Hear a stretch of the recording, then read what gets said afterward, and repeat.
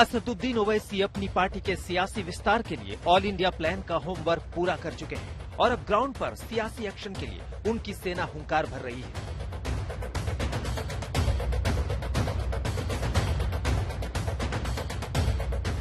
नई जानकारी यही है कि ओवैसी की सेना को बंगाल कूच का ऑर्डर मिल चुका है। ओवैसी की एंट्री का मतलब है बंगाल में त्रिकोणीय लड़ाई। क्या मुस्लिम फैक्टर की वजह से ममता राज में ओवैसी को रैली करने की परमिशन नहीं मिली? दो चेहरे हैं उनके, एक दिल्ली में एक बात करते हैं और बंगाल में उसके ऑपोजिट काम करते हैं लोग। अगर मैं पब्लिक मीटिंग करना चाह रहा हूं तो आप क्यों इजाजत नहीं देते मेरे को? और हम इलेक्शन कमीशन ऑफ इंडिया से भी ये बताएंगे कि जहां पर हमारी पब्लिक मीटिंग होने वाली थी, वहां का जो पुलिस के जितने ऑफिशियल्स हैं उनको election commission code of conduct आने के बाद उनका इमीडिएटली ट्रांसफर करना। ओवैसी के सियासी हमले की बड़ी वजह है बंगाल में एआईएमआईएम की राह में डाले जा रहे हैं रोड़े।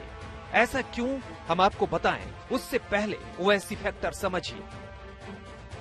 एआईएमआईएम की जड़ें हैदराबाद में बहुत पुरानी है, लेकिन अब ओवैसी के सियासी वृक्ष की शाखाएं देश भर में फैल रही हैं।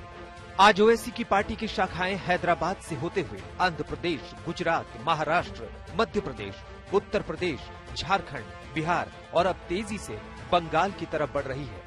2 सांसद वाली पार्टी आज अपना कैडर देश के अलग अलग हिस्से में तैयार कर रही है, यानी चुनावी अखाड़े में ताल ठोक रहे हैं ओवैसी।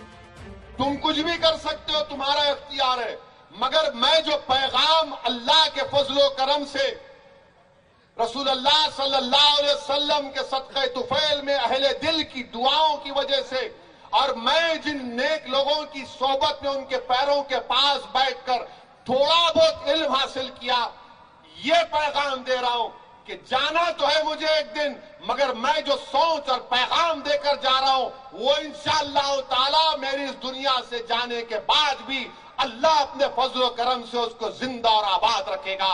वो पैगाम मेरा नहीं है, वो पैगाम यह है कि गोधरा की सरजमीन पर आपकी लीडरशिप पैदा हो, गोधरा की सरजमीन पर हमारी बहनें लीडर बने, गोधरा की सरजमीन पर हमारे बच्चे लीडर बने, जो 2.5 साल का ड्रामा नहीं करेंगे बल्कि बातिल ताकतों की आंख में आंख डालकर गोधरा के हक के लिए लड़ेंगे, जो गुजरात के मजलूमों की आवाम के लिए हक के लिए लड़ेंगे। ओवैसी गोधरा से चुनावी रैली के बाद बंगाल जाने वाले थे। कोलकाता के मटिया बुर्ज में असदुद्दीन ओवैसी को अपनी रैली रद्द करनी पड़ी क्योंकि यहां प्रशासन ने इसकी इजाजत नहीं दी। आज ममता सरकार पर ओवैसी इन 4 तस्वीरों को हथियार बनाकर हमला कर रहे हैं। पहली तस्वीर बंगाल में प्रधानमंत्री नरेंद्र मोदी की रैली, दूसरी तस्वीर बंगाल में ममता बनर्जी की रैलियां, तीसरी तस्वीर बंगाल में जेपी नड्डा की रैलियां, चौथी तस्वीर बंगाल में अमित शाह की सभाएं।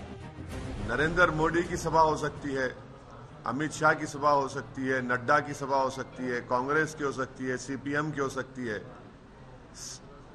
दूसरे फॉरवर्ड ब्लॉक के पार्टीज की हो सकती है, टीएमसी हम क्यों नहीं कर सकते? भाई हम पब्लिक मीटिंग करेंगे, ठीक है, पब्लिक नहीं आएगी मगर राइट तो है ना।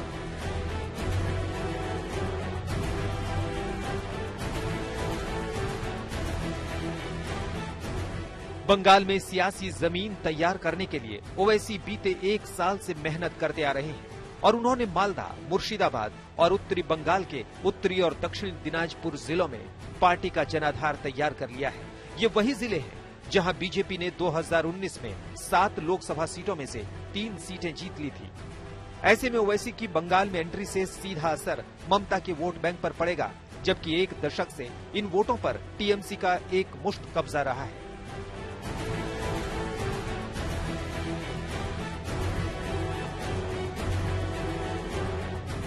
ममता को पता है कि जोशीला भाषण देने में माहिर ओवैसी के आने से सांप्रदायिक ध्रुवीकरण होना बंगाल में तय है, जिसे रोकना मुश्किल नहीं, असंभव है। ओवैसी की सियासी लाइन भी एकदम क्लियर है।